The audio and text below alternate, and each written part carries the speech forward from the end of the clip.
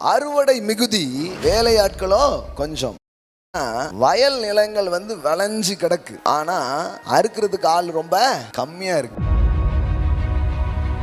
ஜனங்கள் தேவனை புரிந்து கொண்டு, தேவனுடைய சுவிசேஷத்தை புரிந்து கொண்டு, தேவன் வச்சிருக்கிற மெய் வாழ்வுக்கு திரும்புவதை தான் இங்க என்னன்னு சொல்றாரு, அறுவடைன்னு சொல்றாரு.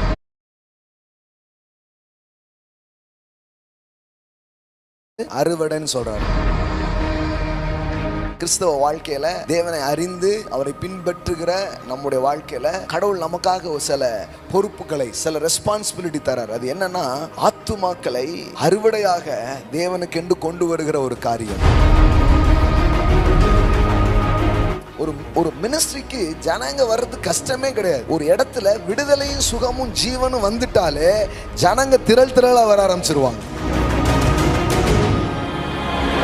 ஆத்துமாக்கள்ல மட்டும் இல்ல, உங்க வாழ்க்கையில கூட இந்த திரளை நீங்க நம்பணும். ஒரு பிசினஸ் பண்றீங்கன்னா எனக்கு நிறைய கஸ்டமர்ஸ் ஆண்டவர் தருவாருன்னு நம்பணும். வேலை செய்றீங்க, ஏதோ ஒரு தொழில் செய்றீங்கன்னா எனக்கு திரளா வரும்னு நம்பணும். திரள் கடவுள் தருகிற ஒரு மகிமை. எப்படி வரும் அப்படின்னு உங்க லாஜிக் மைண்ட் கேட்கும். அதெல்லாம் எனக்கு தேவையே கிடையாது. திரள்னு போட்டிருக்கு, திரண்டு வரும் இயேசுவின் நாமத்தினால. திரளான ஜனங்கள், திரளான ஆர்டர்ஸ், திரளான கஸ்டமர்ஸ், என் ஆடு மாடுகள் திரளாய் பெருகும், பொண்ணு வெள்ளியும் திரளாய் பெருகும். எனக்கான கடவுளுடைய திட்டம் திரளாக இருக்கிறது.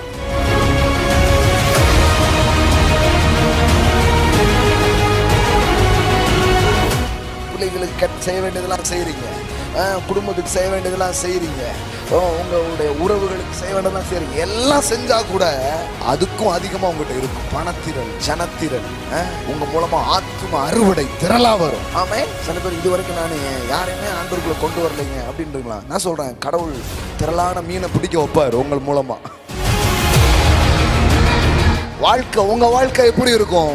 ஏதோ செய்யறதுக்கு வேண்டியதுக்கு தேவையானது மட்டுமல்ல, அதற்கு அதிகமா இருப்பது அவருடைய செயலாக இருக்கிறது. அவர் அப்படிப்பட்ட விதத்துல தான் உங்களை ஆசீர்வதிக்கிறார். இதுவரைக்கும் நீங்க நன்மையை பார்த்திருப்பீங்க, ஆனா இதற்கு அப்புறம் திரளா பார்க்க போறீங்க. திரளா நீங்க பார்க்க போறீங்க. திரளாய் நீங்கள் பார்க்க போகிறீர்கள்.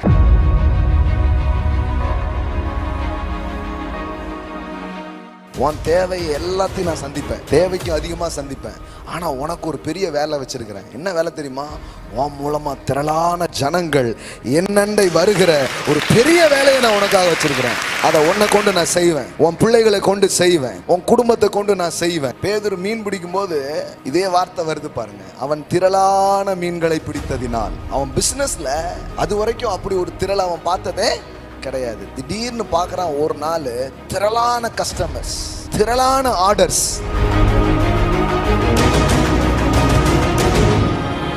நீங்க பண்ற இடத்துல சுகமும் விடுதலையும் ஜீவனும் ஜனங்களுக்கு உண்டானா திரளா மக்கள் வர ஆரம்பிப்பாங்க. எல்லா பாஷையிலிருந்து வருவாங்க. இவங்கெல்லாம் இந்த பாஷைக்காரர்கள்லாம் கர்த்தரை நம்ப மாட்டாங்க, அப்படி சொல்லக்கூடாது. எல்லா பாஷையிலிருந்து வருவாங்க. இந்த ஜாதிக்காரங்கெல்லாம் வரமாட்டாங்க, எல்லா ஜாதியிலிருந்து வருவாங்க.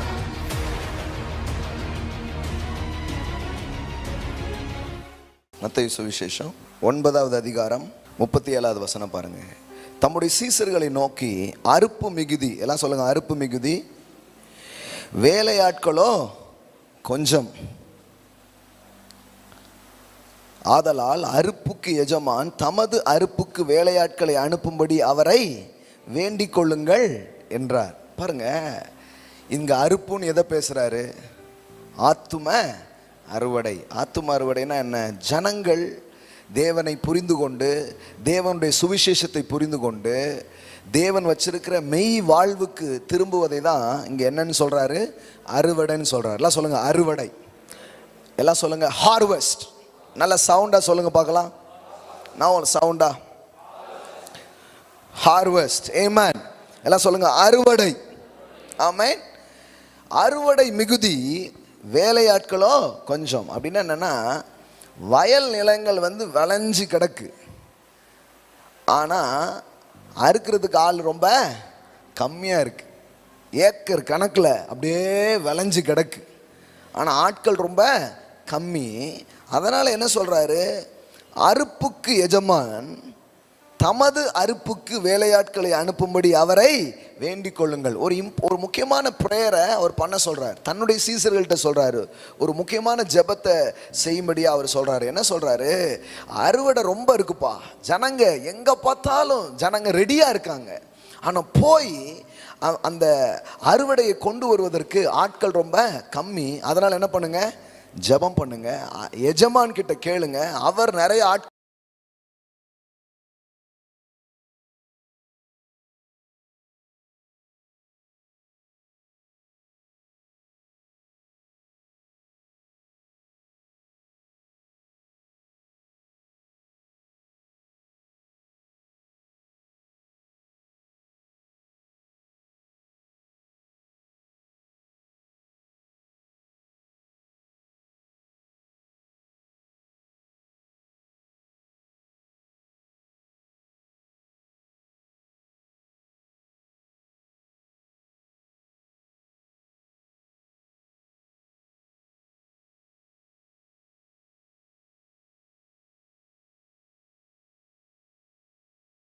நோயும் சுகமாக்குறார்.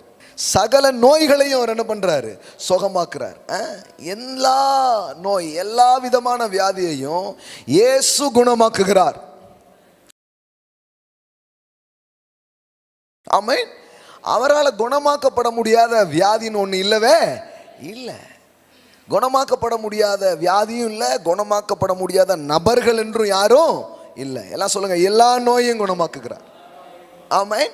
அப்போ பட்டணங்கள் தோறும் போய் அவர் பிரசங்கம் பண்ணது மட்டும் இல்லாமல் ஜனங்களுக்கு உண்டாயிருந்த வியாதிகள் என்ன பண்ணுறாரு?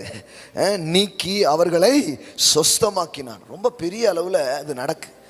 ஒரு பக்கம் அவர் போதிக்கிறார், இன்னொரு பக்கம் ஜனங்களை சுகமாக்குகிறார், பிசாசின் பிடியில் இருக்கிற மக்களை விடுவிக்கிறார். இதெல்லாம் கேட்க கேட்க கேட்க மக்கள் திரள் திரளாக வர ஆரம்பிச்சிட்டாங்க. ஒரு மினிஸ்ட்ரிக்கு ஜனங்க வர்றது கஷ்டமே கிடையாது. ஒரு இடத்துல விடுதலையும் சுகமும் ஜீவனும் வந்துட்டாலே ஜனங்க திரள் திரளாக வர ஆரம்பிச்சிருவாங்க. கண்டிப்பாக வர ஆரம்பிப்பாங்க. மக்கள் வர்றது ஒரு பிரச்சனையே கிடையாது. மக்களுக்கு உண்மையான ஜீவனை நிறைய பேர் கேட்பாங்க, மினிஸ்ட்ரி வந்து எப்படிங்க வளரும், எங்களுக்கு ஆட்கள்லாம் வரவே மாட்டேங்காங்களே அப்படின்ட்டு. நாங்கள் பாருங்கள், ஆட்களை தேடவே இல்லை, பிரசங்கம் பண்ணிக்கிட்டே இருக்கிறோம், ஆட்கள் வந்துக்கிட்டே இருக்கிறாங்க. ஆமென். எங்கேயோ இருந்து மொத்தமாக வர்றாங்க. முதல்ல எப்படி இருந்ததுன்னா, ஒரு வருஷத்துக்கு ஒரு 20 பேர் அப்படின்னு தான் ஸ்டார்ட் ஆச்சு. அப்புறம் ஒரு 2வது வருஷம் போகும்போது ஒரு 50 பேர் அந்த மாதிரி. அப்புறம் 3வது வருஷம் போனால் ஒரு 70லேருந்து 80 பேர் இப்படி தான் போச்சு. அப்புறம் அப்படியே மாற மாற மாற ஒரு வருஷத்துக்கு எவ்வளோ பேர் வந்தாங்களோ அது இப்போ ஒரு மாதத்துக்கு வர்ற மாதிரி ஆகிப்போச்சு. ஒரு மாதத்துக்கு 60 பேர் புதுசாக உள்ளே வர்றாங்க. ஆமாம் ஆமாம், ஒரு மாதத்துக்கு 60 பேர் என்ன பண்ணுறாங்க? உள்ளே வர்றாங்க. கணக்கு பண்ணி பார்த்தா ஒரு நாளைக்கு 2 பேர் விகிதம் நம்முடைய சபையில் இணைக்கப்படுகிறார்கள். ஆமென். லோக்கலாக ஃபிசிக்கலாக வர்றதை பற்றி மட்டும் நான் சொல்லிட்டு இருக்கிறேன். நான் இணைக்கப்பட்டுக்கிட்டே இருக்கிறாங்க. அப்போ ஜனங்க வந்து வரமாட்டாங்கங்கிறலாம் கிடையாது, ஜனங்க கண்டிப்பாக வருவாங்க. ஏன்னா ஜனங்கள் வந்து இப்படிப்பட்ட ஒரு சுவிசேஷத்தை தேடிக்கொண்டிருக்கிறார்கள், ஜீவனை அளிக்கிறதை தேடிக்கொண்டிருக்கிறார்கள். நான் இன்னைக்கு பேசுகிறது எல்லாத்துக்கும் தான் பேசுகிறேன். நான் மக்களுக்கும் பேசுகிறேன், ஊழியம் செய்கிற பிள்ளைகளுக்கும் நான் பேசுகிறேன். ஏன்னா எத்தனையோ போதகர்கள் இதை பார்க்குறாங்க, எத்தனையோ சபை ஊழியத்தை செய்கிற பிள்ளைகள்லாம் பார்க்குறாங்க. அவங்களுக்கும் தான் இன்றைக்கி நான் சேர்த்து பேச விரும்புகிறேன். நீங்கள் பண்ணுற இடத்துல சுகமும் விடுதலையும் ஜீவனும் ஜனங்களுக்கு உண்டானா திரள் திரளாக மக்கள் வர ஆரம்பிப்பாங்க. ஆமென். அதுதான் அதுக்கு ஒரு எவிடன்ஸாக இருக்குது. பாருங்கள், வேதம் சொல்லுகிறது, சிலர் வந்து அந்த திரளை அவங்க நம்ப மாட்டாங்க. அவங்களுக்கு என்ன தெரியுமா? கொஞ்சம் போல போதும், இந்த 10 ஆத்துமாக்களை கொட்டடித்து நான் பரலோகத்துக்காக ரெடி பண்ணி கொண்டிருக்கிறேன், அப்படியே விட்டுறேன். 10 பேரோடு அவர் போயிடுறாராம். ஏன் இன்னொரு 10 பேர் சேர்க்கக்கூடாதா, இன்னும் நிறைய பேர் உண்டாகக்கூடாதான்னா அவங்களுக்கு அதுலேயும் ஒரு பெரிய கனவுகள் கிடையாது. ஆனால் கடவுள் இந்த இடத்துல மட்டும் நமக்கு விசாலமான எண்ணத்தை தந்திருக்கார். நான் 1,00,000 பேர் இருக்கிற ஒரே நேரத்தில் இருக்கிற ஸ்டேடியத்தை நான் பார்த்துக்கிட்டு இருக்கிறேன். ஆமென். லட்ச ஜனங்கள் தேவனிடத்தில் திரும்புகிறதை, தேவனுடைய வருகிறதை நாம் பார்க்கிறோம். ஆமென். நீங்களும் சேர்ந்து பார்க்குறதுக்கு தான் உங்களை என்னையும் கூப்பிட்டுருக்கிறார். ஆமென். நீங்கள் ஏன் வந்திருக்கிறீங்க, நான் ஏன் வந்திருக்கிறேன், எல்லோரும் சேர்ந்து பார்க்க போகிறோம். திரளான ஜனங்கள் வரப்போகிறாங்க. ஆமென். பெரிய ரட்சிப்பு, பெரிய மீட்பு உண்டாகிறதை நாம் பார்க்க போகிறோம். அதுக்கு தான் நம்மளை வச்சிருக்கிறார் பாருங்களேன். நம்மை சுற்றிலும் தேவை நிறைந்த ஜனங்கள் இருக்கிறார்கள். வியாதியிலையும் பிசாசுகிட்டையும் நோயிலையும் கஷ்டப்படுற மக்கள் இருக்கிறார்கள். அவர்களுக்கு இந்த ராஜ்யத்தின் சுவிசேஷத்தை அறிவிக்கிறதோடு மட்டுமல்லாமல் அவங்க தேவையை சந்தித்து அதிலிருந்து வெளியே கொண்டு வருகிற ஒரு பெரிய வேலையை கடவுள் நமக்கு வச்சிருக்கிறார். ஆமென், அல்லேலூயா. இப்போ கவனிங்க 36. அவர் திரளான ஜனங்களை கண்டபோது, இப்போ பாருங்க திடீர்னு எங்கே வந்துட்டாங்க எல்லாம் சொல்லுங்க, திரளான ஜனங்கள். நல்ல இந்த வார்த்தையெல்லாம் கொஞ்சம் சொல்லுங்களேன். திரளான, பெருக்கமே வரமாட்டுக்குன்னா வாயில் கொஞ்சம் பெருக்கம் வர வேண்டாம், கொஞ்சம் திரள் ஏராளம் இப்படிலாம் பேசுங்க. செத்தோண்டு எள்ளுக்கோண்டு தொட்டுக்கடை இப்படியே பேசுனீங்கன்னா அப்புறம் எப்படி திரள் வரும்? அப்படி பேசாதீங்க. திரள் ஏராளம் பேசும்போது அப்படி பேசணும். ஆமென். ஒருத்தங்க சொன்னாங்க, பாஸ்டர் நீங்கள் நிறைய இங்கிலீஷ் வார்த்தையை கூட நீங்கள் ப்ளூரலாக தான் யூஸ் பண்ணுறீங்க அப்படின்னாங்க. சிங்குலர் வேர்ட்ஸ் எல்லாம் என்ன பண்ணுறீங்க? என்ன பண்ணுறது, அதுலேயும் பெருக்கம் வேலை செய்யுது. ப்ராஸ்பெரிட்டி அனாயிண்டிங் அப்படியா கண்ட பார்த்தீங்களா? நம்ம எதையுமே சிங்கிளாக பேசுகிறதே கிடையாது. கிராமரில் தப்பு இருந்தால் என்ன, வாழ்க்கையில் நடக்குதா அப்படி பார்த்துட்டு போயிட்டே இருக்க வேண்டியதா. நிறைய பேர் சொல்லுவாங்க அது சிங்குலர் பாஸ்டர், ஆனால் நீங்கள் பேசும்போது எப்படி பேசுகிறீங்க? ப்ளூரல்ஸாக என்ன பண்ணுறீங்க, பேசுகிறீங்க. அதனால நான் என்ன சொல்கிறேன்னா, நமக்கு அப்படி ஃப்ளோவிலே அதான் இருக்குது. அதனால் என்னை மன்னிச்சு விட்டுருங்க. நம்ம எப்போவுமே ஏராளம் ஒன்றுன்னே பேசுறதில்ல, எல்லாம் பல திரள் அப்படியே பேசுகிறது தான். அதனால் கிராமட்டிக்கல் மிஸ்டேக் என்ன பண்ணிவிடுங்க, விட்டுருங்க. ஏன்னா நிறைய பேர்லாம் சொல்லுவாங்க, சஜஷனாக அனுப்புவாங்க, மெசேஜ்லாம் அனுப்புவாங்க அப்படின்ட்டு. என்னமோ தெரில, அப்படியே ரத்தத்தோடு ஊறி போயிட்டு. எல்லாம் சொல்லுங்கள், திரளான. ஆமென். ஆத்துமாக்களில் மட்டும் இல்லை, உங்கள் வாழ்க்கையில் கூட இந்த திரளை நீங்கள் நம்பணும். ஆமென். ஒரு பிஸ்னஸ் பண்ணுறீங்கன்னா எனக்கு நிறைய கஸ்டமர்ஸ் ஆண்டவர் தருவார் நம்பணும். ஆமென். அதே மாதிரி நீங்கள் வேலை செய்கிறீங்க, ஏதோ ஒரு தொழில் செய்கிறீங்கன்னா எனக்கு திரளாக வரும்னு நம்பணும். திரள் ஒன்றும் தப்பே கிடையாது. திரள் கடவுள் தருகிற ஒரு மகிமை. ஆமென். ஏராளம் நிறைய அப்படிங்கிறது கடவுளுடைய ஐடியாங்க. அதனால தான் நான் ஒவ்வொரு பிரசங்கத்திலையும் அதை பதிவு செய்ய விரும்புகிறேன். காலியாக இருக்குது, எம்டியாக இருக்குது, ஒன்றுமே இல்லை எல்லாம் பேசவே கூடாது. அது கடவுளுடைய ஐடியாவே கிடையாது. கடவுள் உங்களை நிரப்புகிற கடவுள், திரளாய் கொடுக்கிற கடவுள். பேதுரு மீன் பிடிக்கும்போது இதே வார்த்தை வருது பாருங்க, அவன் திரளான மீன்களை பிடித்ததினால். ஆமென். லூக் சாப்டர் 5 மறுபடியும் இங்கே வருவோம். லூக்கா 5 பாருங்க. திரள் அப்படிங்கிற வார்த்தை வேதாகமத்தில் எவ்வளவு பயன்படுத்தப்பட்டிருக்கு பாருங்க. லூக்கா 5:9 அவர்கள் திரளான மீன்களை பிடித்ததின் நிமித்தம் அவனுக்கும் அவனோடு கூட இருந்த யாவருக்கும் பிரமிப்பு உண்டான படியினால் அப்படி சொன்னான். எல்லாம் சொல்லுங்க, திரளான மீன்களை பிடித்ததின் நிமித்தம். அவன் பிஸ்னஸில் அது வரைக்கும் அப்படி ஒரு திரள் அவன் பார்த்ததே கிடையாது. திடீர்னு பார்க்குறான் ஒரு நாள், திரளான கஸ்டமர்ஸ், திரளான ஆர்டர்ஸ். ஆமென். இருக்கீங்களா? எத்தனை பேர் பிஸ்னஸ் பண்ணுறீங்க? ஓகே, நான் சொல்கிறேன், வேலை செஞ்சாலும் கடவுள் உங்களுடைய வருமானத்தை திரளாக்குவார். ஆமென். கடவுளுடைய ஐடியா கொஞ்சம் கிடையாது, திரள். ஆமென். இயேசு எங்கெல்லாம் வர்றாரோ அங்கெல்லாம் திரள் வருது. ஆமென். ஜனத்திரள், பணத்திரள் எல்லாமே வரும். ஆமென். வேதவசனம் சொல்லுது,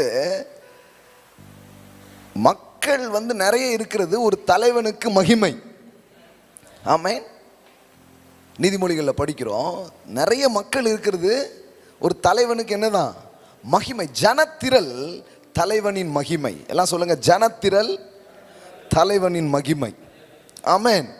அதனால தான் பரலோகத்தில் பெரிய ஒரு கூட்டம் இருக்கும். ஆமென். சில பேர் பரலோகத்தில் பிதா குமாரன் பசுத்தாவியானவர் ஒரு 5-6 பேர் எல்லா கண்ட்ரியிலிருந்தும் யாராவது ஒருத்தங்க வருவாங்க போல, மிஞ்சி போனால் ஒரு 100 பேர் வர்றது ரொம்ப கஷ்டம் அப்படிங்கிற ரேஞ்சுக்குள்ள மைண்டில் ஒரு கற்பனை வச்சுருக்காங்க. அங்கங்கே மியூசிக் படிக்கிறதுக்கு ஒரு 4-5 பேர் இருப்பாங்க போல், அநேகமாக ஒரு 100 பேர்லேயே முடிஞ்சிரும் போல் பரலோகம் அப்படிங்கிற மாதிரி யோசித்துக்கிறாங்க. இந்த வசனத்தெல்லாம் நோட் பண்ணிக்கோங்க. ஆண்டவர் ஒரு ரேமா வேர்ட்ஸ் உங்களுக்கு தராது. அது என்ன தெரியுமா? திரள். ஆமென். திரள். ஹல்லேலூயா. ஐ டோன்ட் நோ ஏன் அப்படின்னு எனக்கு தெரியல. ஆனால் இன்றைக்கி நான் சொல்கிறேன், இது வரைக்கும் நீங்கள் நன்மையை பார்த்துருப்பீங்க, ஆனால் இதற்கு அப்புறம் திரளாக பார்க்க போகிறீங்க. திரளாக நீங்கள் பார்க்க போகிறீங்க. திரளாக நீங்கள் பார்க்க போகிறீர்கள். ஆமென். மல்டிபிள். ஆமென். பாருங்க, in a multiple of people is the king's glory. ஆமென். பாருங்க, but in a lack of people is a என்ன போட்டிருக்குது? தலைவனின் முறிவு. எல்லாம் சொல்லுங்க, தலைவனின் முறிவு. அதாவது குறைவு தான் மகிமை, நிறைவு தான் மகிமை. எல்லாம் சொல்லுங்க, நிறைவு தான் மகிமை. எப்படி போட்டிருக்கு? ஜன திரட்சி.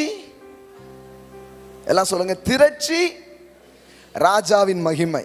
எல்லாம் சொல்லுங்க, திரட்சி ராஜாவின் மகிமை. ஆமென்.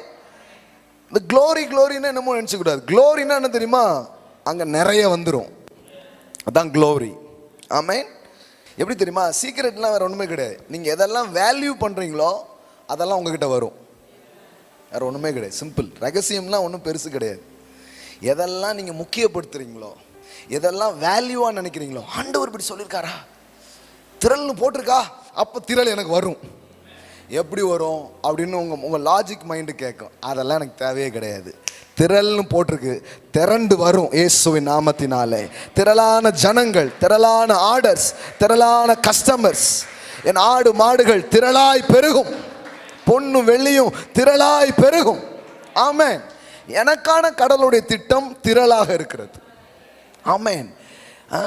ஜன திரட்சி. எல்லாம் சொல்லுங்க, ஜன திரட்சி ராஜாவின் மகிமை. ஆமென். ஜன குறைவு தலைவனின் முறிவு. ஆளே இல்லாத கடையில் யாருக்குப்பா டீ ஆத்துற, சர் புருன்னு ஆத்திட்டே இருந்தா ஒரு ஆளையும் காணும். கடவுள் சொல்றாரு, அப்படி இருக்கக்கூடாதுப்பா. கடையில் அப்படியே கஸ்டமர் குவியணும், லைனில் நின்று வாங்கணும். ஆமென். அதே மாதிரி ஊழியம் செஞ்சாலும் அப்படிதான். அடுத்த சர்வீஸ்க்கு ஜனங்க லைனில் நிற்கணும். ஆமென். 3 சர்வீஸ் இப்போ நடத்துகிறோம். அடுத்தால இடம் பத்தலைங்க, 4 நடத்தணுங்க. இல்லைங்க இன்னும் பத்தலைங்க, 5 நடத்தணுங்க. இல்லைங்க ஒரு 10,000 பேர் இருக்கிற மாதிரி இடம் வேணுங்க. இல்லைங்க அதுவும் பத்தாதுங்க, 1,00,000 பேர் வேணுங்க. அப்படியே பெருகிட்டே போகணும். அது கடவுளுடைய திட்டமும் நோக்கமும். நம்முடைய தேவனாகிய கர்த்தருக்கு உரியது. அவருடைய நியாய தீர்ப்புகள் சத்தியமும் நீதியும் ஆனவைகள். ஆமென்.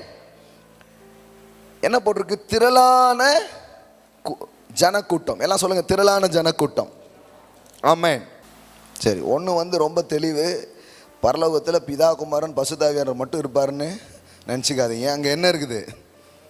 திரளான கூட்டம். எல்லாம் சொல்லுங்கள், திரளான கூட்டம். 5வது அதிகாரம் பாருங்கள், 9வது வசனத்தில் பாருங்கள். தேவரீர் புஸ்தகத்தை வாங்கவும் அதன் முத்திரையை உடைக்கவும் பாத்திரராய் இருக்கிறீர். ஏனெனில் நீர் அடிக்கப்பட்டு சகல கோத்திரங்களிலும் பாஷைக்காரரிலும் என்ன போட்டிருக்குது? சகல கோத்திரங்களிலும் பாஷைக்காரரிலும் ஜனங்களிலும் ஜாதிகளிலும் இருந்து எங்களை தேவனுக்கென்று உம்முடைய இரத்தத்தினால் மீட்டு கொண்டு. எல்லாம் சொல்லுங்க, எல்லா கோத்திரம், எல்லா ஜாதி, எல்லா பாஷை, அதுல இருந்து மீட்டுக்கிறார். எல்லா கோத்திரத்திலிருந்து வர்றாங்க, எல்லா ஜாதியில. சொல்லுங்க, அந்த ஜாதியிலேருந்து இல்லைங்க, எல்லா ஜாதியிலேருந்து வருவாங்க. நீங்களே உள்ளே போடக்கூடாது. 7-9 அக்கா, தேங்க்யூ. 7-9 எஸ் பா, இதான் தேர்னேன் நான். 9வது வசனம் பாருங்க. இவைகளுக்கு பின்பு நான் பார்த்தபோது இதோ சகல ஜாதிகளிலும் கோத்திரங்களிலும் ஜனங்களிலும் பாஷைகளிலும் இருந்து வந்ததும் ஒருவரும் எண்ணக்கூடாததுமான திரளான கூட்டமாகிய ஜனங்கள். என்ன மாதிரி போட்டிருக்கு பாருங்க.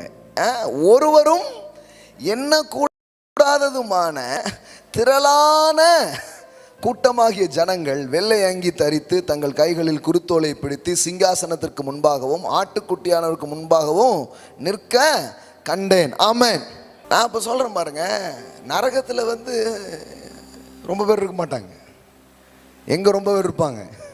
பரலோகத்தில் தான் இருப்பாங்க. ஆமென். எப்படி போட்டிருக்கு பாருங்க, எல்லா பாஷையிலேருந்து வருவாங்க. இவங்கெல்லாம் இந்த பாஷைக்காரர்கள்லாம் கர்த்தரை நம்ப மாட்டாங்க, அப்படி சொல்லக்கூடாது. எல்லா பாஷையிலேருந்து வருவாங்க. இந்த ஜாதிக்காரங்கெல்லாம் வரமாட்டாங்க, எல்லா ஜாதியிலேருந்து வருவாங்க. போட்டிருக்குங்க, பைபிளில் போட்டிருக்குது. அது மட்டும் இல்லை, ஏதோ 5 பேர் நம்ம ஒரு சிறுபான்மையினராகவே இருப்போம் அப்படின்னு நினச்சிக்கிறாங்க நிறைய பேர். எட்டர்னலாக கூட நம்ம சிறுபான்மையினர் தான் அப்படின்னு நினைக்கிறவங்களாம் இருக்கிறாங்க. அப்படி கிடையாதுங்க. இது வளர்கிற ஒரு ராஜ்யம். இது அப்படியே வளர்ந்துக்கிட்டே இருக்குது, பெருகிக்கிட்டே இருக்குது, இப்போ உண்டாகிட்டே இருக்குது. இப்போ உங்கள் ஃபேமிலியிலேருந்து இப்போ நீங்கள் வந்திருக்கீங்க, கடவுள் உங்களை வச்சு உங்கள் குடும்பத்தையே தூக்குவார். உங்கள் குடும்பத்துலேருந்து வந்தீங்கன்னா அப்புறம் உங்கள் இனம், உங்களை சார்ந்த பகுதியெலாம் இருக்குது பாருங்கள், அவங்கள ஒட்டுமொத்தமாக கடவுள் தூக்குவார். ஆமாம். நீங்கள் முதல்ல வர்றீங்கன்னா நீங்கள் ஒரு முன்னோடிகள் மாதிரி. ஆமாம். ஆமாங்க. இது கடவுள் பண்ணுற ஒரு பெரிய வேலை. இது கடவுள் இந்த பூமியில் அப்படிப்பட்ட ஒரு செயலை அவர் செய்கிறார். அதனால தான் போட்டிருக்குது, ஒருவரும் எண்ணக்கூடாதமான, எல்லாம் சொல்லுங்கள், ஒருவனும் எண்ணக்கூடாதமான திரளான கூட்டமாகிய ஜனங்கள். ஆமென்.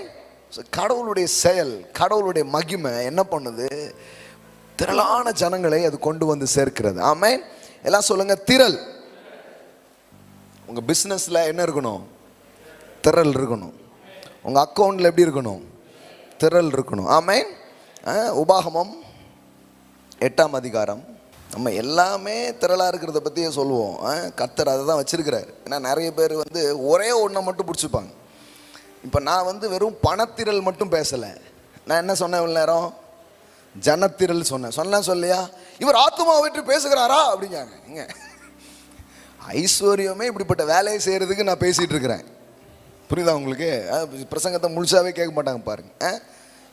இவருக்கு ஆத்ம பாரமே இல்லைன்ட்டு. ஆத்ம பாரம் இல்லையாமல் இவ்வளோ வேலை பண்ணிகிட்ருக்கோம், 3 சர்வீஸும் பேசிகிட்டு இருக்கோம், அடுத்தால தொடர்ந்து வேலைகள் பண்ணிகிட்டு இருக்கணும். அவங்களுக்கு என்னென்னா ஆத்துமாக்கள் அப்படின்னு சொன்னாதான் ஆத்துமான்னு நினச்சிக்கிறாங்க. அப்படி கிடையாது. ஒவ்வொரு நாளும் பாருங்கள், ஜனங்க புதுசாக ஆண்டவர்கள் என்ன பண்ணிகிட்டே இருக்கிறாங்க, வந்துக்கிட்டே இருக்கிறாங்க. பல விதமான இதிலேருந்து மக்கள் என்ன பண்ணுறாங்க, வர்றாங்க. இந்த பிரிவுலேருந்துலாம் வரவே மாட்டாங்கங்கிறாங்க.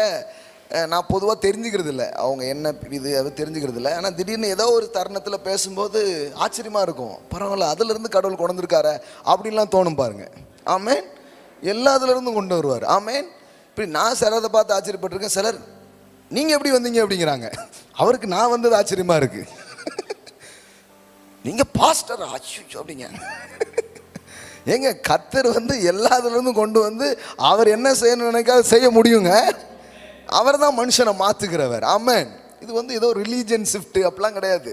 இது இருதயத்தில் நடக்கிற வேலை. அதனால் ஜனங்க மாற்றப்படுகிறாங்க. ஆமென். உபாகமம் 8 எடுத்தீங்களா? 12வது வசனத்திலிருந்து பாருங்க. நீ புசித்து திருப்தியாகி நல்ல வீடுகளை கட்டி. எல்லாம் சொல்லுங்க, புசித்து திருப்தியாகி. சாப்பிட்டா எப்படி சாப்பிடணும்? திருப்தியா சாப்பிடணும். ஆமென். ஹல்லேலூயா. நிறைய பேர் இது திருப்தியா சாப்பிடணும். கடவுள் ஒன்றும் சில பேர் பிரதர் சோறு எதுக்கு? சும்மா பசிக்கு அப்படின்றதாங்க. பைபிளில் அப்படி போடலங்க. ஏன் பாவர்ட்டிலாம் பேசிகிட்டு இருக்கீங்க நீங்கள்? இன்னும் சொல்லிருக்காங்க, உனக்கெல்லாம் முட்டில் பசி, எங்களுக்கெல்லாம் வயிற்றுல பசி அப்படிம்பாங்க. ரொம்ப ருசிலாம் பார்க்கக்கூடாது. எத்தனை பேர் சோறு இல்லாமல் இருக்காங்க, ஏதோ கிடைச்ச சோறை சாப்பிட்டு போங்க அப்படி. அது ரைட்டுங்க. ஆனால் கடவுள் உங்களை ஆசீர்வதிக்கும் போது நல்லதெல்லாம் வந்தால் சாப்பிட்றதெல்லாம் தப்பு இருக்கா? தப்பே கிடையாது. சில பேருக்கு அது சாப்பிட்றதுக்கு ஒரு மாதிரி இருக்கும். ஓ ஆண்டவரே, எனக்கு தகுதி இல்லைன்னு இறங்கி போயிடக்கூடாது. எப்போ ஏற்பட்ட இடத்துல என்ன கொண்டு வந்திருக்கீங்கன்னு வெளியில் போயிடக்கூடாது பாருங்க. ஸ்தோத்திரம் பண்ணிட்டு போய் சாப்பிட்ணும். ஆமாம், ஸ்தோத்திரம் பண்ணிட்டு சாப்பிட்ணும். எல்லாம் சொல்லுங்க, புசித்து திருப்தியாகி. இதெல்லாம் தப்பு இல்லை பாருங்களேன். நம்ம ஆட்களுக்கு ஒரு ஒரு ஒரு கண்டம்னேஷனே ஆயிடுச்சு. என்ஜாய் பண்ணுறது, திருப்தியாக இருக்கிறது அப்படின்ட்டு. அதனால் நம்ம இது யூஸ் பண்ணாதனால அவங்க விளம்பரம் போட்டிருக்காங்க. சிசர் பரம திருப்தி. அவன் விளம்பரம் போட்டிருந்தான். கடவுள்கிட்ட திருப்தி இருக்குதுங்க. எல்லாம் சொல்லுங்க, திருப்தியாகி. அப்புறம் எல்லாம் சொல்லுங்க, நல்ல வீடுகளை கட்டி. வீடு கட்டுவேனான்னு கேட்குறீங்க. கடவுள் சொல்றார், நல்ல வீடு கட்டுவ, நல்ல வீடுகள். ஆமென். இன்னொன்னு இருக்கு அதுல. என்ன சொல்ல கிண்டல் பண்றாங்களே, கடவுளே எல்லாத்தையும் தான் பேசுறாரு. ப்ளூரலாக தான் என்ன பண்ணுறாரு, எல்லாமே அதான் பேசிட்டு இருக்கா. வீடுன்னே சொல்ல, வீடுகளை கட்டி இருந்துட்டு போதும்ப்பா, அந்த தெரு என்ன வேலைன்னு கேளு, வாங்கி போடுவோம் அப்படிங்கிறாரு. இதுதான் உன்கிட்ட பிடிக்காது, வாங்கி போடுவோங்க. ஆமாம், அப்படியே போகிற இடத்துல, சுற்றுலா போகிற இடத்துல அங்கே ஒரு வீடை வாங்கி போடு. வருஷம் வர ஃபேமிலியில் ஒரு போய் கெஸ்ட் ஹவுஸ்லாம் தங்கிட்டு வரலாம். நான் சொல்கிறேன், உள்ளூரில் மட்டும் இல்லை, வெளிநாடுகளில் கூட நீங்கள் வீடுகள்லாம் வாங்குறது கடவுளுடைய திட்டமாக. கடவுள் அப்படி ஆசீர்வதிக்கிறவருங்க. ஆமாம், நீங்கள் நல்ல வீடுகளை கட்டி, அப்படின்னா என்ன, ஒரு வீடு இல்லை, வீடுகள். ஆமாம், ஆமாம், கடவுள் அப்படி வைப்பார். ஆமாம், கண்டிப்பாக வைப்பார். அன்றைக்கி ஒருத்தர் சர்வீஸ் முடிஞ்சது, அவங்க ஆண்டவர் அறியாத ஒரு பின்னணியிலேருந்து வர்றாங்க. அவரது மட்டும்தான் ஆண்டவர் ஏற்றுக்கொண்டிருக்கிறார். சர்வீஸ் முடிஞ்சது, இங்கே என்னை பார்க்குறதுக்காக வெயிட் பண்ணார். சரி சொல்லிட்டு நான் அவரோட பேசிகிட்டு இருந்தேன். பேசிகிட்டே இருந்தவர் திடீர்னு ஸ்பிரிட்டில் அப்படியே ஃபில் ஆகிறார். ஆவியில் நிரம்பி தீர்க்க தரிசனமாக சொல்ல ஆரம்பிச்சிட்டார். அவர் எனக்கு சொன்னார் தீர்க்க தரிசனம், நம்ம சபைக்கு வர்றவங்க. அவர் என்ன சொன்னார்னா, அவருக்கு என்னென்னா, நம்ம இந்த கிறிஸ்டியன் டேம் இருக்குல்ல, நம்ம சில இதை யூஸ் பண்ணி பேசுவோம். மகனே கர்த்தர் சொல்லுகிறதாவது, இதெல்லாம் அவருக்கு தெரியாது. இன்னொன்று சொல்ல போனால் அவருக்கு தீர்க்க தரிசனால என்னென்னே தெரியாது. அவர் சொல்கிறாரு, தம்பி நீங்கள் நல்லா இருப்பீங்க, கடவுள் உங்களை அப்படி வைப்பார் அப்படி சொல்லிட்டு சொல்கிறாரு, அமெரிக்காவிலேயே ஒரு பெரிய ஃபார்ம் ஹவுஸ் உங்களுக்கு சொந்தமாக இருக்கிறத நான் பார்க்குறேன் அப்படின்னு சொன்னேன். ஆமாம், ஒரு பெரிய ஃபார்ம் ஹவுஸ் உங்களுக்காக இருக்கிறத நான் பார்க்குறேன், கடவுள் உங்களை அப்படி வைக்கிறார் அப்படின்னு சொன்னார். ஆமாம், அவருக்கே தெரியலங்க என்ன சொல்ல, சும்மா சொல்ல, அப்படியே கண்ணீர்லாம் வடியுது அவருக்கு. அப்படி ஒரு நிறைஞ்சு அப்படி சொல்லிட்டு இருந்தார். பெரிய மனுஷர், ஆளுமே கொஞ்சம் பெருசாக தான் இருப்பார். ஆள் மட்டும் இல்லை, மனசும் இப்போ பெருசு அவருக்கு. அப்படியே பிளஸ் பண்ணுறாரு. என்ன நான் நினச்சேன், பாருங்கள், கடவுள் தான் இந்த மாதிரி வேலையெல்லாம் செய்ய முடியும்.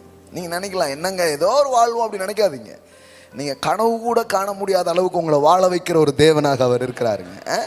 ஆமாம், என்னங்க வாடகையே கட்ட முடியுமான்னு தெரில, எப்படி இது இந்த நிலைமையில இருக்கலாம். இந்த நிலைமையில தான் எல்லாரும் இருந்திருக்காங்க. எங்கே போவேன், என்ன சாப்பிடுவேன் அப்படின்னு தெரியாமல் ஒரு கல்லை தலையணையாக வச்சு ஒருத்தன் படுத்து கிடந்தான் பாருங்க, யாக்கோபு. கடவுள் அவன்கிட்ட தான் சொன்னார், அனாதை மாதிரி படுத்திருக்கல, இந்த இடத்த உனக்கும் சந்ததிக்கும் என்னைக்கும் நான் பட்டா போட்டு தரேன் அப்படின்னு சொன்னார். ஆமாம், நான் இந்த மந்த்தில் நான் ஆண்டவர்கிட்ட இருந்து கேட்ட நிறைய வார்த்தைகளில் முக்கியமான ஒரு வார்த்தை என்ன தெரியுமா? நான் என் ஜனங்களுக்கு லேண்டு கொடுப்பேன் அப்படிங்கிற வார்த்தை. ஆமென், நிலங்களை நான் கொடுப்பேன். ஆமென், நிலங்களை நான் கொடுப்பேன். ஆமென். சில நேரம் அதுக்கு ஏற்ற சூழலோ சாத்தியக்கூறோ இல்லாமல் இருக்கலாம், ஆனால் கூட கடவுள் செய்வார்.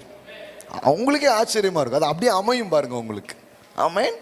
ஆமாம், லேண்டெல்லாம் இது பண்ணுவார் அப்படின்ட்டு பேசி முடித்தா, எனக்கு சொந்தமாக ஒருத்தர் லேண்டை எழுதி கொடுத்துட்டு போயிட்டார். I am not jogging. பிரசங்கம் முடிஞ்சா நான் தான்டா சொன்னேன் அப்படிங்கிறதுக்கு அடையாளமா அவர் வேற ஊரில் இருக்கிறாரு, ஆனால் நம்ம ஊரில் இருக்கிற ஒரு லேண்டை உங்களுக்கு கிஃப்டாக தரேன் பாஸ்டர்னு அதுக்கான இதை கொடுத்துட்டு போயிட்டார் பாருங்க. அதான் சொல்கிறேன், நீங்கள் கர்த்தரை எப்படிலாம் பார்க்குறீங்களோ அப்படிலாம் உங்கள் வாழ்க்கையில் நீங்கள் அனுபவிக்க ஆரம்பிப்பீங்க. நான் கர்த்தரை இப்படி தான் பார்க்குறேன். இப்படி பார்க்க பார்க்க பொண்ணும் வெள்ளியும் என் ஆண்டவருடையதுன்னா என் பையிலெல்லாம் வந்துடுது. தர்றவர் அப்படி தான் வேதவசனம் சொல்லுது. இது பைபிளில் இல்லைன்னா நான் பிரசங்கம் பண்ணவே மாட்டேன். நான் நீங்கள் புசித்து திருப்தியாகி நல்ல வீடுகளை, அது என்ன வீடு இருந்தால் தங்குறதுக்கு ஒரு இடம் இருந்தால் போதாதா, இதான் இந்த தரித்திர புத்தி. ஆனால் என் தேவன் சொல்றார், நல்ல வீடுப்பா, ஏன்னா நான் நல்ல தகப்பன், உனக்கு தந்தன்னா நல்லதா தருவேன். You will eat the best of the land. ஏதோ ஒன்று கொடுக்குறேன் அப்படிப்பட்ட கடவுள் கிடையாது. நான் தந்தா தரமாக இருக்கும், நல்லதாக இருக்கும். ஆமென். நலமும் விசாலமுமானதாக இருக்கும். ஆமென். இதெல்லாம் படிக்கும்போது எனக்கு கடவுளுடைய தாராளத்தை நான் பார்க்குறேன். அவருடைய மைண்ட் எப்படி இருக்குன்னு நான் பார்க்குறேன். அவர் என்னவா இருக்கிறாருங்கிறத நான் பார்க்குறேன். எனக்கு இதில் வீடுலாம் கூட தெரியலங்க. இதை படிக்கும்போது அவர் உள்ளம் தான் எனக்கு தெரியுது. அவர் மனசை நான் பார்க்குறேன். எப்பேற்பட்ட ஒரு தேவன்கிட்ட நான் வந்திருக்கிறேன். எனக்கு வாய்க்க செய்வார், நல்ல வீடுகளை கட்டி அவைகளில் குடியிருக்கும் போது. இது ஒரு பெரிய பிளெஸ்ஸிங்ஸ் பாருங்களேன். வீட்டை நீங்கள் கட்டிட்டு வேற யாராவது இருந்தால் எப்படி இருக்கும்? நிறைய இருக்கு. அதான் நீங்க கட்டின வீட்டில் நீங்களே இருக்காம போனீங்கன்னா அது நல்லா இல்லை. பாருங்க, கடவுள் சொல்றாரு, நீ கட்டி நீ குடியிருப்ப. ஆமென். குடியிருக்கும் போது பாருங்க, உன் ஆடு மாடுகள், இப்பதான் வரும் சப்ஜெக்ட், உன் ஆடு மாடுகள் திரட்சியாகி, எல்லாம் சொல்லுங்க திரட்சியாகி, மறுபடியும் சொல்லுங்க திரட்சியாகி. ஆமென். உன் ஆடு மாடுகள் திரட்சியாகி. அன்னைக்கு ஃபுல்லாக அக்ரிகல்ச்சர் சொசைட்டி, அதனால தான் கடவுள் வேதாகமத்தில் அந்த மாதிரியே இது இருக்கு. உன் ஆடு மாடுகள் திரட்சியாகி, எல்லாம் சொல்லுங்க திரட்சியாகி. உனக்கு வெள்ளியும் பொன்னும் பெருகி. என்ன போட்டிருக்கு பாருங்க, வெள்ளியும் பொன்னும் உனக்கு இருக்குன்னு சொல்ல. என்ன போட்டிருக்குது? எல்லாம் சொல்லுங்க, வாரம் மாசம் பெருகணும். ஆமென். கடைசியில் வெள்ளி ஒரு பொருட்டாவே என்ன போடக்கூடாது. ஆமென். வெள்ளி மட்டும் இல்லை, தங்கமே உங்களுக்கு அப்படி ஆகும். ஆந்தி வேலை ஒரு தங்கத்தை கிஃப்ட் கொடுத்துட்டு போயிட்டே இருப்பீங்க. அந்த மாதிரி தங்கம் வருங்க உங்களுக்கு. நான் சொல்றேன், கடவுளுடைய மகிமை உங்க வாழ்க்கையில் அப்படிப்பட்ட ஆசீர்வாதத்தை கொண்டு வரும். தங்க மழை பொழியுங்க இயேசுவின் நாமத்தில். ஆமா, இதெல்லாம் ஒண்ணுமே கிடையாது. நான் என்ன சொல்றேன்னா, கடவுள் தன் சொந்த மகனை உங்க மேல வச்ச பிரியத்தினால அவரால் தர முடியும்னா இது ஒரு மெட்டீரியலுங்க, இது ஒண்ணுமே கிடையாதுங்க. இது உங்க காலடியில் கொண்டு வந்து போடுவாருங்க. நமக்கு வந்து வேற ஏதோ ஒன்று. நான் சொல்றேன், இது அவரை எனக்கு தருவாருன்னா, இயேசுவை எனக்காக கடவுள் தர முடியும்னா இதெல்லாம் ஒண்ணுமே கிடையாது. என் காலில் கொண்டு வந்து போடுவார், உங்க காலில் கொண்டு வந்து போடுவார். ஆமா ஆமா, கொட்டுகிற ஒரு தேவன், அனுப்புகிற தேவன். இதெல்லாம் சிலருக்கு இதை புரிஞ்சுக்கிறதுக்கே கொஞ்சம் வருஷம் ஆகும் பாருங்களேன். அப்படியா, என்ன சொல்றாரு, எந்த உலகத்துல இருந்து பேசிட்டு இருக்காரு, அதெல்லாம் வருமா பிரதர் அப்படிங்காங்க. ஆனா கொட்ட வைக்கிறாரு தேவன். ஆமென். அப்போ உன் ஆடு மாடுகள் திரட்சியாகி, எல்லாம் சொல்லுங்க திரட்சியாகி. உனக்கு வெள்ளியும் பொன்னும் பெருகி, உனக்கு உண்டானவைகள் எல்லாம் வர்த்திக்கும் போது, எல்லாம் சொல்லுங்க உண்டானவைகள் எல்லாம் வர்த்திக்கும் போது. கடவுள் என்ன சொல்றாருன்னா, இதெல்லாம் நடக்கும்போது உன் இருதயத்தை அது மேல வைக்காதப்பா, அது பொருள், நீ உன் இருதயத்தை என் மேல வை அப்படிங்கிறார். ஆமென். இவ்வளவுதான் மேட்ரு. நம்ம ஆளுகள் என்ன பண்ணிட்டாங்கன்னா, பொருளே வேண்டாம் அப்படின்ட்டாங்க. கடவுள் சொல்றாரு, இல்லப்பா, என் அருளும் உண்டு பொருளும் உண்டு. ஆமென். நீ பிரிக்காத. என் அருளும் உனக்கு உண்டு, பொருளும் உனக்கு உண்டு. எத்தனையோ பிள்ளைங்க இப்போ அந்த மாதிரி சாட்சிகளை சொல்லிட்டு இருந்தாங்க. அன்னைக்கு கூட சொல்லிட்டு இருந்தாங்க, சும்மா நான் கடைக்கு போயிருந்தோம், வாங்குறதுக்கு வாய்ப்பே இல்லை, கடவுள் வாங்க வச்சார் அப்படின்ட்டு. ஆமென். சாட்சி சொன்னாங்க பாருங்க. அந்த இருக்கிறாங்க ஃபேமிலி, வாங்குறதுக்கு சான்ஸே இல்லை, தற்செயலாக போனோம், திடீர்னு அது அமைஞ்சது, கடவுள் வாங்கும்படியா செய்தார். ஆமென். வாழ்க்கையில் செய்வாருங்க. நீங்கள் வந்து அழகான ஆபரணங்களால் நீங்கள் வந்து கழுத்து காது கையெல்லாம் நிறைஞ்சிருக்கும். ஆமென். என் தேவன் அலங்கரிக்கிற தேவனுங்க. ஆமென். நான் சொல்கிறேன், கிலோ கணக்கில் உங்ககிட்ட இருக்கணும். ஆமாம், சொல்லிக்கிட்டே இருக்கிறாங்க பாருங்க சிலர்லாம். ஆமேன். சும்மா கிடையாது, சொல்ல இறங்குது, சொல்ல எங்கேயோ இருந்து கிளம்புது. சம்திங் ஹேப்பனுங்க, ஏதோ நடக்குதுங்க. நீ நினைக்காதீங்க இதெல்லாம் என்னன்ட்டு. கடவுள் அருளுகிறார், கடவுள் தராருங்க. அதை பெருகி உனக்கு உண்டானவைகள் எல்லாம் வர்த்திக்கும் போது, உன் இருதயம் மேட்டின்மை அடையாமலும் உன் அடிமைத்தன வீடாக ஈர்த்திலிருந்து புறப்பட்டு வரும். என்ன சொல்ல வர்றாருன்னா, எப்பா இது மேலே கண்ணு வைக்காத, கண்ணை உனக்கு தருகிற என் மேலே வை அப்படிங்கிறார். ஆமென். அதனால தான் கடவுள் ஒரு சிஸ்டம் வச்சார். என்ன சிஸ்டம்னா கிவிங். எல்லாம் சொல்லுங்கள் கிவிங். இந்த கிவிங் வச்சே செஞ்சு கண்டுபிடிக்கலாம் இருதயம் எங்கே இருக்குது அப்படின்ட்டு. அதனால தான் கொஞ்சம் கொடுத்துட்டு பார்க்குறாரு, கொண்டு வா அப்படிங்கிறாரு. சிலது என்ன பண்ணுறது இல்லை, போயிட்டுனா பிரதர் அப்படின்னு பிடிச்சிக்கிறது. இப்போ என்ன ஆயிடுச்சு, இப்போ அது கடவுளாக மாறிடுச்சு. ஆனால் கொண்டு வரும்போது என்ன சொல்கிறோம், நோ கடவுள் தான் எனக்கு கடவுள், நீ எனக்கு servant. Amen. God is my master, money is my servant. Amen. அந்த இடத்துல நீங்கள் வாழ ஆரம்பிக்கிறீங்க. யோசித்து பாருங்களேன், இஸ்ரவேல் ஜனங்கள் எகிப்திலிருந்து வரும்பொழுது பொன்னோடும் வெள்ளியோடும் அவர்களை புறப்பட பண்ணினார். கரெக்டா? பொன்னோடு வெள்ளியோடும் புறப்பட பண்ணினார். எல்லார் கையிலையும் என்ன இருக்குது, பொண்ணு வெள்ளியும் இருக்குது. இன்னும் விலையேறப்பட்ட நிறைய மேட்டர்ஸ் இருக்குது. ஏன்னா அவங்ககிட்ட என்ன இருந்ததுங்கிறது, அவங்க என்னெல்லாம் கொடுத்தாங்கங்கிற பட்டியல் இருக்குல்ல, அதை போய் வாசித்தீங்கன்னா அதை வச்சே தெரியுது இந்த அடிமைகள் கையில் இதெல்லாம் எப்படி வந்தது. அந்த ஆசரிப்பு கூடாரம் கட்டுறதுக்கு என்னெல்லாம் தேவை இருந்ததோ அது அத்தனையும் இந்த அடிமைகளாய் வாழ்ந்த மக்கள் கையில் கடவுள் கொடுத்தார். ஆமென். இதில் என்னன்னா, தேவன் அவங்க கையில் கொடுத்துட்டாரு. கொடுத்துட்டு இப்போ சொல்கிறாரு, யாருக்கெல்லாம் மனசு இருக்கோ அவன்லாம் கொஞ்சம் கொண்டு வா அப்படிங்கிறார். நான் என்ன கேட்குறேன்னா, எதுக்கு இவங்கிட்ட கொடுத்து திருப்பி கேட்கணும்? அங்கே எகிப்துலேருந்து கிளம்பும் போதே, எப்பா கொஞ்சம் சர்ச்சுக்கு கொஞ்சம் ஒதுக்கிருங்க, ஆலயத்துக்கு முதல்ல என்ன பண்ணிடுங்க, ஒதுக்கிருங்க, எவனையும் நம்ப முடியாது அப்படின்னு அந்த ஸ்டார்டிங்லேயே கொஞ்சம் ஒதுக்கீடுலாம் பண்ணியிருந்துருக்கலாமா, பண்ணியிருந்துருக்க வேண்டாமா? இவன் கையில் ஏன் கொடுத்துட்டாரு? கொடுத்துட்டு இப்போ சொல்கிறாரு, யாத்திராகமத்தில் படிக்கிறோம், யாருக்கு மனசு இருக்கோ பாருங்க,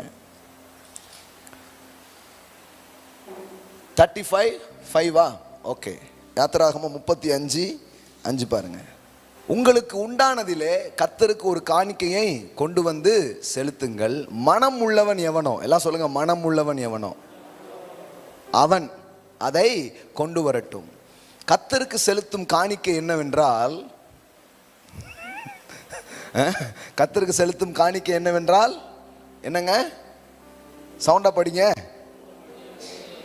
பொன்னும் வெள்ளியும் வெண்கலமும் இள நீல நூலும் இரத்தாம்பர நூலும் சிவப்பு நூலும் மெல்லிய பஞ்சு நூலும் வெள்ளாட்டு மயிரும் சிவப்பு தீர்த்த ஆட்டுக்கடா தோலும் தகசு தோலும் சித்திம் மரமும் விளக்கு எண்ணெயும் அபிஷேக தைலத்துக்கு பரிமள வர்க்கங்களும் தூபத்துக்கு சுகந்த வர்க்கங்களும் ஆசாருடைய ஏபோத்திலும் மார்பகத்திலும் பதிக்கத்தக்க கோமேதகம் முதலிய ரத்தினங்களுமே.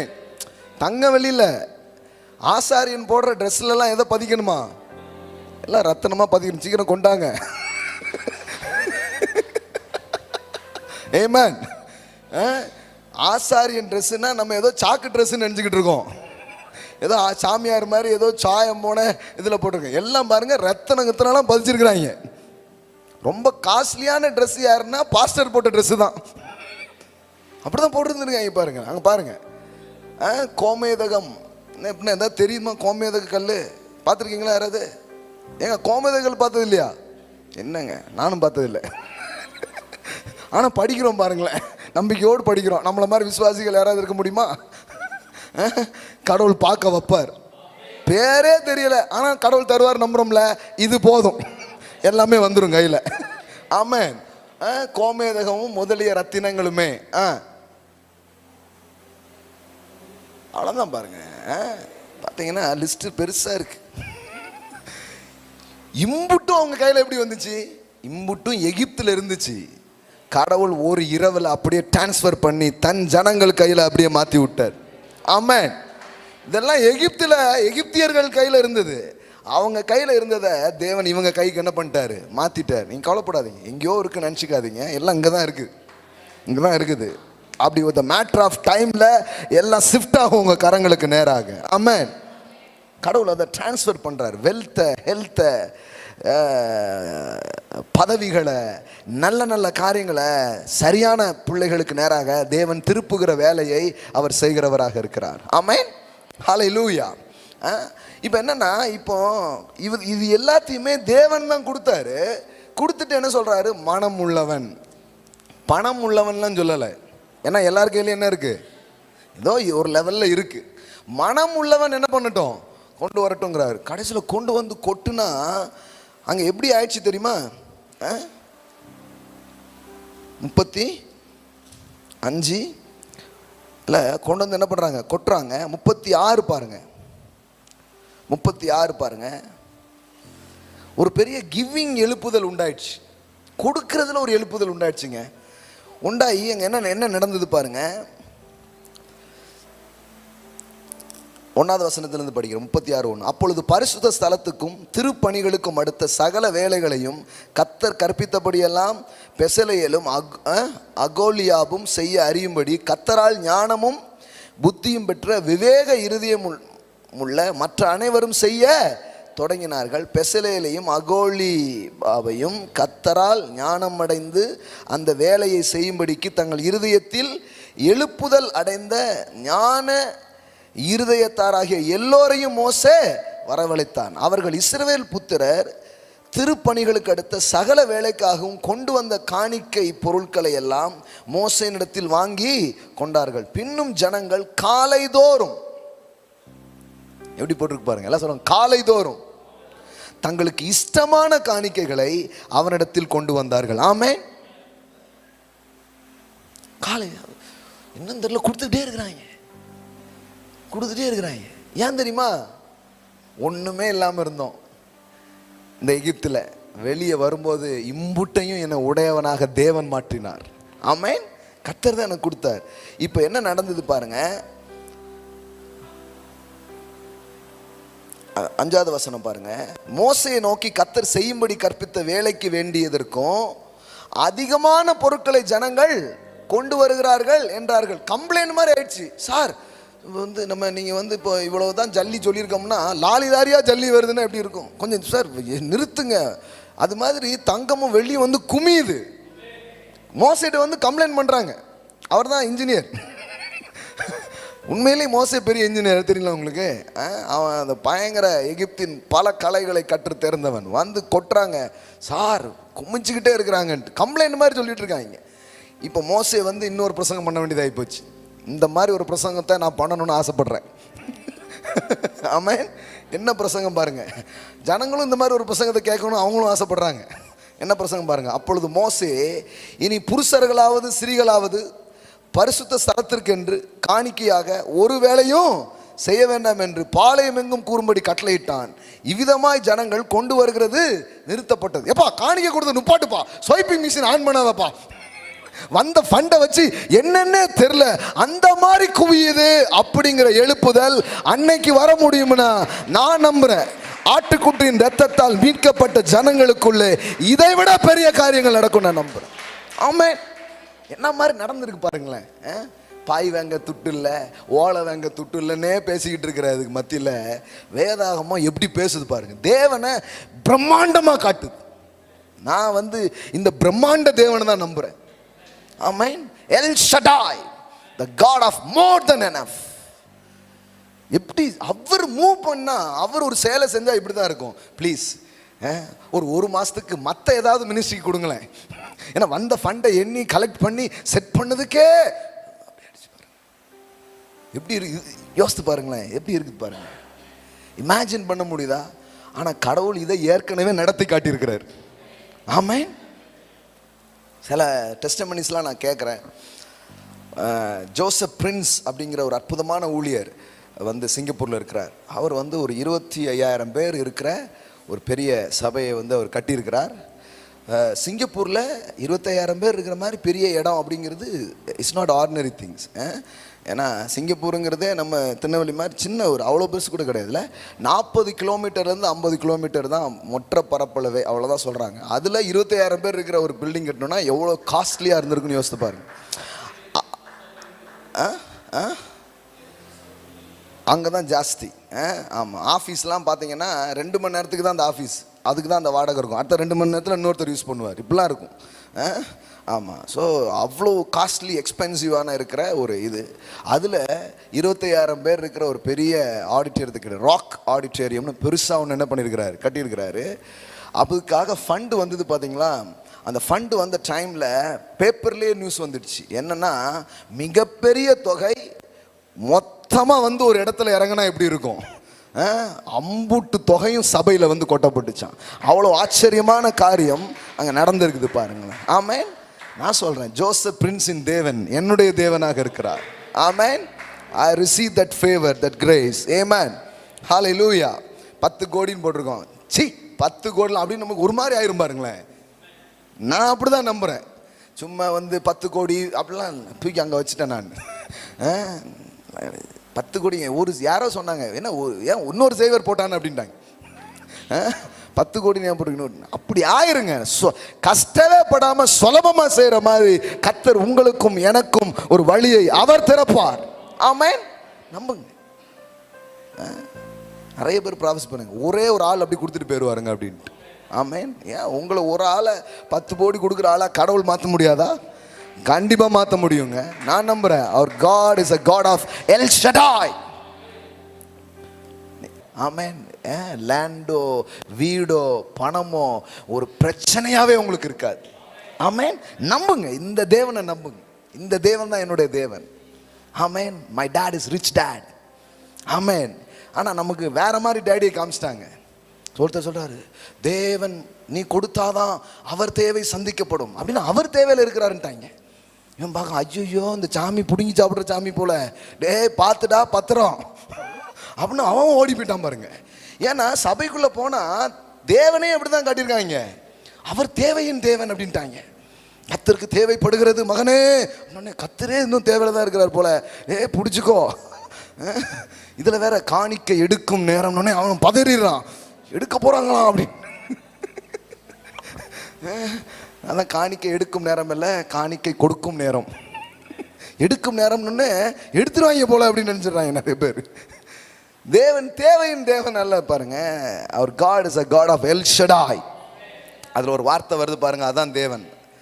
அங்க பாருங்க, இந்த காணிக்கைக்கான வேலையெல்லாம் நுப்பாட்டுக்கப்பா, வசூல் பண்ணிட்டு அழிஞ்சுக்கிட்டு எல்லாத்தையும் ஸ்டாப் பண்ணுங்க அப்படின்ட்டாங்க. 7வது வசனம் பாருங்க, செய்ய வேண்டிய எல்லா வேலைகளுக்கும், எல்லாம் சொல்லுங்க, செய்ய வேண்டிய எல்லா வேலைகளுக்கும் போதுமான பொருட்கள் இருந்ததும் அல்லாமல் அதிகமாயும் இருந்தது. இதுதான் உங்களுக்கான ஃப்ரேஸ், இதுதான் உங்களுக்கான இது வாழ்க்கை. உங்க வாழ்க்கை எப்படி இருக்கும்? ஏதோ செய்யறதுக்கு வேண்டியதுக்கு தேவையானது மட்டுமல்ல, அதற்கு அதிகமா இருப்பது அவருடைய செயலாக இருக்கிறது. அவர் அப்படிப்பட்ட விதத்தில் தான் உங்களை ஆசீர்வதிக்கிறார், அவர் உங்களை உயர்த்துகிறார். ஆமென். எப்படி போட்டிருப்பாருங்க, செய்ய வேண்டிய எல்லா வேலைகளுக்கும். பிள்ளைகளுக்கு செய்ய வேண்டியதெல்லாம் செய்கிறீங்க, குடும்பத்துக்கு செய்ய வேண்டியதெல்லாம் செய்கிறீங்க, உங்களுடைய உறவுகளுக்கு செய்ய வேண்டியதெல்லாம் செய்கிறீங்க. எல்லாம் செஞ்சால் கூட அதுக்கும் அதிகமாக உங்கள்கிட்ட இருக்கும். ஆமென். எல்லாம் சொல்லுங்க, திரள். ஆமென். திரள், எல்லா விதமான திரள்களை அவர் உங்களுக்கு என்ன பண்றாரு, தரார் பாருங்க. எல்லா வித திரள்களையும் உங்களுக்கு தராரு. பணத்திரள், ஜனத்திரள், உங்க மூலமா ஆத்தும அறுவடை திரளா வரும்.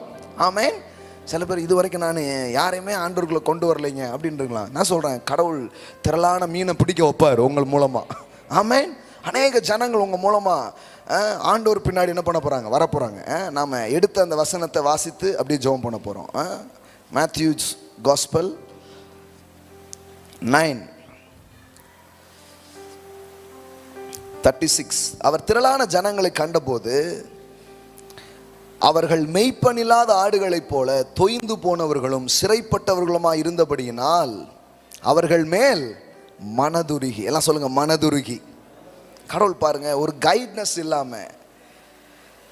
இயேசுனா என்ன நினைக்கிறீங்க? கடவுள்னா என்ன நினைக்கிறீங்க? ஜனங்களை பார்த்து மனதுருகுகிறவர். ஆமென். மனதுருக்கம் உள்ளவருங்க அவரு. இது சில பேருக்கு தெரியாது. அவர்கிட்ட போய் இறங்கும் ஐயா, இறங்கும் ஐயா அப்படிங்காங்க. இவங்க என்ன நினைக்கிறாங்க, நான் கெஞ்சதான் அவருக்கே இறக்கம் வரப்போது போற அப்படின்னு நினைக்கிறாங்க. ஐயா, அவர் சொல்ல, நான் இறங்கினேன் ஐயா உனக்காக, சிலுவையில தொங்கினேனே ஐயா, ரத்தத்தை சிந்தினேனே ஐயா, இது புரியாம இருக்கிறே பையான் இருக்கிறார் அவரு. என்ன அவர்கள் மேல் மனதுருகி பாருங்க. அவர் திரளான ஜனங்களை கண்டபோது மக்கள் அவரை பாருங்க. கடவுள் இன்னைக்கும் ஒரு மனுஷனை எப்படி பார்க்கிறார்? இன்னைக்கு இப்போ கடவுள் உங்களை எப்படி பார்க்கிறார்? இந்த வசனத்தின் அடிப்படையில் நான் சொல்றேன், உங்களை எப்படி பார்க்கிறாரு? அவர்கள் மெய்ப்பனில்லாத ஆடுகளைப் போல தொய்ந்து போனவர்களும். அப்பனா என்ன, இவங்களை கைட் பண்ண யாருமே இல்லையே, இவங்களை கேர் பண்ண யாருமே இல்லையே, இவங்களை வழிநடத்த யாருமே இல்லையே, தொஞ்சு போயிருக்காங்களே, இவ்வளோ டல்லா இருக்காங்களே, சிதறப்பட்டவர்களுமா இருந்தபடினால் அவர்கள் மேல் மனதுருகி. மக்களுடைய தேவையை பார்த்து ஷேக் ஆகுது அவருக்கு, அப்படியே மனதுருகுகிறார். Jesus moved with compassion. He moved with compassion. He was moved with compassion. திரளான மக்களை பார்த்த போது அவர் கண் அப்படிதான் பார்க்கு. நான் சொல்கிறேன், இயேசுவின் பிரசன்னமும் அவருடைய கிருபையும் உங்களுக்குள்ளே பெருகும்போது நீங்கள் கூட மக்களை அப்படி தான் பார்ப்பீங்க. பாவம் அப்படி தான் பார்ப்பேன். உங்களுக்கு ஏதாவது ஒன்று செய்யணுமே, இந்த மக்களுக்கு ஏதாவது ஒன்று செய்யணுமே, ஒரு எண்ணம் வரும் பாருங்களேன். நான் சொல்கிறேன், ரொம்ப சிம்பிளாக நம்முடைய செய்தியை கடவுள் வந்து தரார். ரொம்ப சிம்பிளாக தரார். என்ன சொல்கிறாருன்னா, ஒன்றும் இல்லைப்பா, உன் தேவை எல்லாத்தையும் நான் சந்திப்பேன், தேவைக்கும் அதிகமாக சந்திப்பேன். ஆனால் உனக்கு ஒரு பெரிய வேலை வச்சுருக்கிறேன். என்ன வேலை தெரியுமா? உன் மூலமாக திரளான ஜனங்கள் என்னண்டை வருகிற ஒரு பெரிய வேலையை நான் உனக்காக வச்சுருக்கிறேன். அதை உன்னை கொண்டு நான் செய்வேன், உன் பிள்ளைகளை கொண்டு செய்வேன். ஆமென். உன் குடும்பத்தை கொண்டு நான் செய்வேன். ஆமென். அதாங்க வேலை, வேற ஒன்றுமே கிடையாது. இங்கே பாருங்க, சிதறப்பட்டவர்களுமா இருந்தபடினால் அவர்கள் மேல் மனதுருகி, அவங்கள ஒரு பெரிய கூட்டத்தின் மக்களை பார்த்து, இவன் என்ன பாவம் பண்ணான், இவன் என்ன தப்பு பண்ணான், இவன் வந்து எப்படி வாழ்றான், இவனுக்கு வந்து அப்படி ஒரு வெறுப்பின் மனநிலையில் அவர் பார்க்கல. எல்லா மக்களையும் அவர் பார்த்து மனதுருகுகிறார். ஆமென். எல்லாம் சொல்லுங்க, மனதுருகி. தம்முடைய சீசர்களை நோக்கி அவர் சொல்றாரு, எப்பா, நான் பட்டணந்தோறும் போயிட்டேன், கிராமந்தோறும் போயிட்டேன், ஜபாலயங்கள் தோறும் பேசிட்டே இருக்கிறேன், ஆனா கூட அறுவடை எப்படி இருக்கு? ஜாஸ்தியா இருக்கு, ஆளு கம்மியா இருக்கு. அதனால இயேசுங்கிற நான் மட்டும் போய் இதை பண்ணா பத்தவே பத்தாது. அதனால அறுப்பு மிகுதி, வேலையாட்களோ கொஞ்சம். ஆதலால் அறுப்புக்கு எஜமான் தமது அறுப்புக்கு வேலையாட்களை அனுப்பும்படி அவரை வேண்டிக் கொள்ளுங்கள். ஆண்டவர்கிட்ட கேளுங்க, இன்னும் நிறைய பேர் எழும்பட்டும்னு கேளுங்க, நிறைய சபைகள் எழும்பட்டும், நிறைய சுவிசேஷ மயமாக்குதல் நடக்கட்டும், திரளான பிள்ளைகள் கர்த்தருக்கென்று பணி செய்வதற்கு எழும்பட்டும், ஏராளமான ஆத்தும அறுவடைகள் நடக்கட்டும், இதை கேளுங்க அப்படின்னு சொல்றாரு. இப்ப சொல்லிட்டு 10ஆம் அதிகாரம் 1ஆம் வசனம் பாருங்க. அப்பொழுது அவர் தம்முடைய 12 சீசர்களையும் தம்மிடத்தில் வரவழைத்து அசுத்த ஆவிகளை துரத்தவும் சகல வியாதிகளையும் சகல நோய்களை நீக்கவும் அவர்களுக்கு அதிகாரம் கொடுத்தார். 9ஆம் அதிகாரத்தில் என்ன படிக்கிறீங்க? அவர் எல்லா நோயும் நீக்கினாரு, அவர் போய் பிரசங்கம் பண்ணாரு, இதெல்லாம் படிக்கிறீங்க. 10ஆம் அதிகாரத்தில் என்ன படிக்கிறீங்க? அப்படியே மல்டிபிள் ஆகுது. ஆமென். இவங்களும் ஜீசஸ் மாதிரி ஆகுறாங்க. ஆமென். இப்போ நீங்க சுகத்தை பெறது மட்டும் இல்லை, நீங்க செழிப்பை பெறது மட்டும் இல்லை, நீங்க செழிப்பை கொடுக்குற ஆளா இருப்பீங்க, நீங்க சுகத்தை கொடுக்குற ஆளா இருப்பீங்க. ஆமென். 2 லைன்ல சொல்லிடலாங்க, ரிசீவ் அண்ட் ரிலீஸ். எல்லாம் சொல்லுங்க, ரிசீவ் அண்ட் ரிலீஸ். சொல்லுங்க, ரிசீவ் அண்ட் ரிலீஸ். எல்லாம் சொல்லுங்க, நிரம்புங்கள் வழியுங்கள். அதான், வேற ஒண்ணுமே கிடையாது. என்னென்ன நீங்க இன்னைக்கு இல்லைன்னு நினைக்கிறீங்களோ அதெல்லாத்தினால உங்களை நிரப்பி அப்படி தேவையில இருக்கிற மக்களுக்கு ஒரு நாள் நீங்க செய்யற மாதிரி தேவன் செய்வார். அதுதான் அவருடைய திட்டமும் நோக்கமுமா இருக்கிறது. ஆமென். வியாதியில பாதிக்கப்பட்டவங்களை வச்சே சுகமளிக்கிற ஊழியத்தை செஞ்சவர் தேவன். அதனாலதான் நான் அடிக்கடி சொல்லுவேன், உங்களுக்கு உங்க வாழ்க்கைக்கு ஒரு தீர்க்க தரிசனத்தை நான் சொல்லட்டுமா? உங்க வாழ்க்கையின் தீர்க்க தரிசனத்தை எப்படி கண்டுபிடிக்கிறதுன்னு சொல்லட்டுமா? எது உங்க வாழ்க்கையில இன்னைக்கு வந்து பிரச்சனையா இருக்கோ அதுதான் உங்க ஊழியமாவே இருக்க போகுது. ஆமென். ஆபிரகாமுக்கு பிள்ளை இல்லை. ஆபிரகாம் என்ன ஊழியம் செஞ்சார் தெரியுமா? பிள்ளை இல்லாத பார்வோன் குடும்பத்துக்காக ஜோம் பண்றான். இவன் ஜெபத்தை கேட்டு அவங்க கர்ப்பத்தெல்லாம் திறந்துட்டார். ஹலோ, புரியுதா உங்களுக்கு? எது உங்க வாழ்க்கையில சேலஞ்சா இருக்குதோ அதையும் நீங்க மற்றவங்களுக்கு கொடுக்குறவங்களா இருப்பீங்க, கண்டிப்பா இருப்பீங்க. எனக்கு ஒரு அன்பு இல்லையே, எனக்கும் என் மேல பாசம் செலுத்த யாருமே இல்லையே, கடவுள் வந்து என் அன்பை உன் மேல ஊத்தி நீனே பாசம் செலுத்துற ஆளாயிரு அப்படின்னு நினைக்கிறேன். ஆமென். அப்படி ஆக்கிடுறாங்க கடவுள். அப்போ 9ஆம் அதிகாரத்தில் அவர் என்ன செஞ்சாரோ அதை 10ஆம் அதிகாரத்தில் அவருடைய சீசர்கள் மீது ஊற்றி அவர்கள் போய் அதை செய்கிற அதிகாரத்தை அவர்களுக்கு கொடுத்தார். ஆமென். 7வது வசனம் வேகமாக வாசிக்கிற, போகையில் பரலோக ராஜ்யம் சமீபிக்கிறது என்று பிரசங்கியுங்கள், வியாதியஸ்தர்களை வியாதி உள்ளவர்களை சொஸ்தமாக்குங்கள், குஷ்டரோகிகளை சுத்தம் பண்ணுங்கள், மரித்தோரை எழுப்புங்கள், பிசாசுகளை துரத்துங்கள், இலவசமாய் பெற்றீர்கள் இலவசமாய் கொடுங்கள். ஆமென். 11வது வசனம் பாருங்க, எந்த பட்டணத்திலாவது கிராமத்திலாவது நீங்கள் பிரவேசிக்கும் போது. இப்போ ஒரு டைம்ல இவர் எங்க போனாரு? பட்டணம். இப்போ இவங்களை எங்க அனுப்புறாரு? சிம்பிள், பிதா என்னை அனுப்பினது போல நான் உங்களை அனுப்புகிறேன். ஆமென். இயேசு எதை செய்தாரோ அதை நாம் செய்வோம். இன்னும் இயேசு வந்து பெஸ்ட்டாக சொல்லிட்டு போயிட்டார். நான் செய்த கிரியைகளை மாத்திரமல்ல, அவைகளிலும் பெரியதை செய்வாய், அவைகளிலும் பெரிதானதை செய்வாய். ஏன்னா நீ வாழ்கிற காலகட்டம் இதை விட தேவை மிகுந்ததாக இருக்கும், கொடூரமான வியாதி உள்ளதாக இருக்கும். அப்போ என் மகிமை இதை விட பலமா உன் மூலமா உன் குடும்பத்தில் உன் வாழ்க்கையில் அது வெளிப்படும். இயேசு கூட இதை செய்ததில்லை, அவருடைய பிள்ளைகள் செய்கிறார்கள் என்று சொல்லப்படும். ஆமென். அந்த மாதிரி நாட்களாக இருக்கிறது. ஆமென். Praise God. எழுந்து நிற்போம்.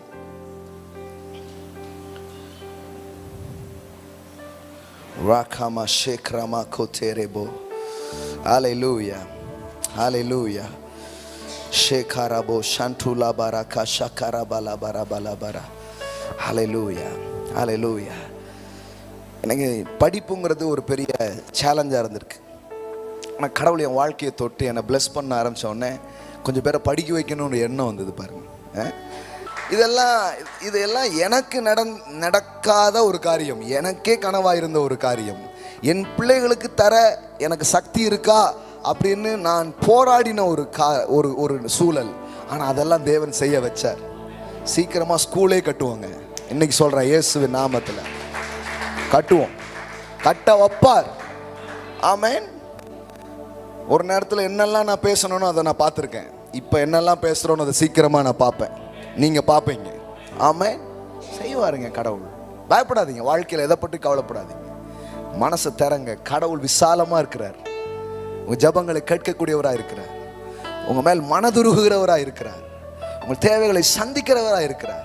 உங்களுக்கு உதவுறது தான் ஒரு விருப்பம். உங்களுக்கு உதவுறது மட்டும் இல்லை, உங்களையே சில பேருக்கு ஆசீர்வாதமாக மாத்துறது தான் திட்டம். இந்த சீசர்கள் வரும்போது, ஆண்டவரே எங்களுக்கு மீன் கிடைக்கலையே, எங்களுக்கு அது இப்படி தான் வந்தாங்க. திரளா பிடிக்க வச்சார். அப்புறம் பார்த்தா அவங்கள வச்சு வேற பெரிய பெரிய வேலைகளை செய்யறாரு. ஆமென். ஒரு நேரம் நமக்கு உதவி தேவைப்பட்டது, நமக்கு ஆறுதல் தேவைப்பட்டது, நமக்கு அன்பு தேவைப்பட்டது, நமக்கு சுகம் தேவைப்பட்டது. அந்த நிலைமையில தான் நம்ம இருக்கிறோம்னா தேவன் அதையும் நமக்கு தந்து நம்மையே அதன் ஊற்றாகவே மாற்றுகிறார். ஹல்லேலூயா. எனக்கு ஒரு நல்ல வார்த்தை யாராவது சொல்லிட மாட்டாங்களா? நீங்க நிறைய பேருக்கு நல்ல வார்த்தை சொல்ற மாதிரி ஆக்குவார். ஆமென். எனக்கு யாராவது உதவ மாட்டாங்களா? இல்லை இல்லை, கடவுள் சொல்வார், நான் உதவுறேன். எந்த அளவுக்கு உதவுவேன்னா, நீ சில பேருக்கு உதவுற மாதிரி உனக்கு நான் உதவுவேன். ஆமென். ஹல்லேலூயா. பிரம்மாண்டத்தின் தேவனை பாருங்கள், விசாலத்தின் தேவனை பாருங்கள், ஏராளத்தின் தேவனை பாருங்கள். நான் சொல்றேன், நீங்க மாலையில வந்த பிள்ளைகளுக்கு ஒரு prophetic word, ஒரு தீர்க்க தரிசன வார்த்தை, அது திரள். ஆமென். இன்னிலிருந்து உங்க வாழ்க்கையில ஒரு இன்க்ரீஸ் ஸ்டார்ட் ஆகுது, ஒரு திரள் ஸ்டார்ட் ஆகுது, ஒரு ஏராள ஒரு பெருக்கம் இன்னிலிருந்து அளவில்லாத விதத்துல ஸ்டார்ட் ஆகுது. ஏற்கனவே அது நடந்துகிட்டு இருக்குதுன்னா இன்னொரு லெவல்ல இனிமே நடக்க போகுது. இன்னொரு அபண்டன்ஸ் லெவல்ல அது நடக்க போகுது. உங்களுடைய ஃபைனான்ஸ், உங்களுடைய இன்ஃப்ளூயன்ஸ், உங்களுடைய மக்கள், உங்களுடைய பெயர், உங்களுடைய ஸ்பிரிச்சுவல் அத்தாரிட்டிஸ், அதுலேயும் திரள் தான். இது வரைக்கும் நான் ஜோம் பண்ணிட்டே இருந்தேங்க, யாரோ சுகமான, அப்படி கிடையாது. இனிமேல் நீங்கள் ஜெபிக்கும் போகிற எல்லாருக்கும் தேவன் சுகத்தை கொடுப்பார், விடுதலையை கொடுப்பார். அதில் ஒரு திரள், ஒரு அபிஷேகத்தின் திரள், ஐஸ்வர்யத்தின் திரள், ஞானத்தின் திரள்.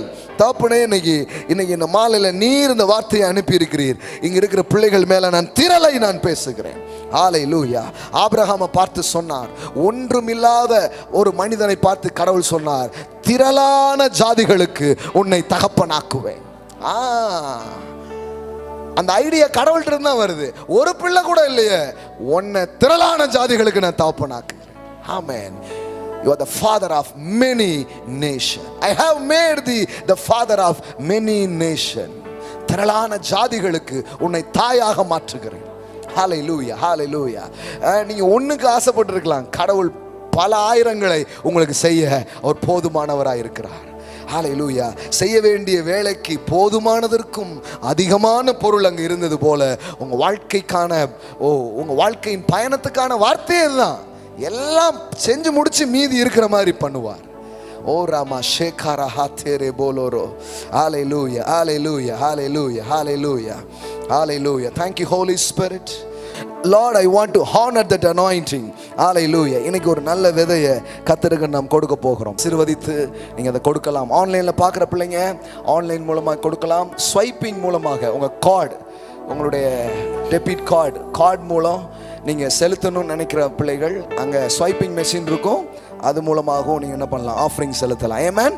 பாடல் பாடும் பொழுது நாம் கர்த்தருக்கு கொடுப்போம். கர்த்தர் நல்லவர். ஆமென்.